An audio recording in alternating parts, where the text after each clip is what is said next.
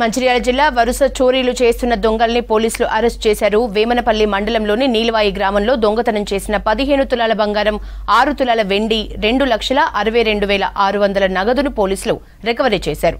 దొంగను చాకచక్యంగా పట్టుకున్న పోలీసుల్ని అభినందించి పారితోషికం అందజేశారు సిపి శ్రీనివాస్.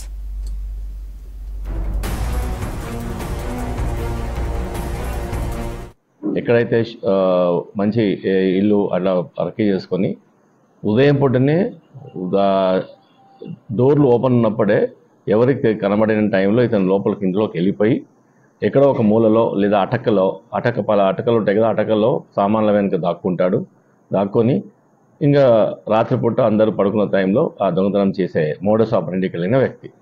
సో ఇలా మొన్న రాత్రి కూడా ఇలా ఈ కేదన్పల్లి గ్రామంలో ఒక రైతు ఇంట్లో లోపలికి వెళ్ళిపోయి అట్లా నియర్లీ కొన్ని అవర్స్ టుగెదర్ అక్కడ ఉండి రాత్రిపూట అతన్ని క్యాష్ బాక్స్, తర్వాత ఈ వాల్యుబుల్స్, గోల్డ్, సిల్వర్ ఆర్టికల్స్ ఉన్న పెట్టెన్ మొత్తం తీసుకొని వెళ్ళిపోవడం జరిగింది. సో దీంట్లో ఎలాంటి క్లూస్ కానీ మనకు ఫుటేజెస్ కానీ దొరకలేదు.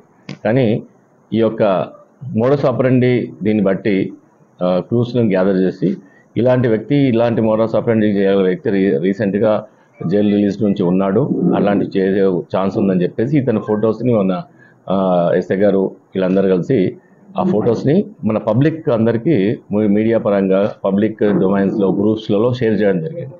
షేర్ చేయడం వల్ల మనకు గ్రాడ్యువల్గా ఇన్ఫర్మేషన్ రావడం జరిగింది.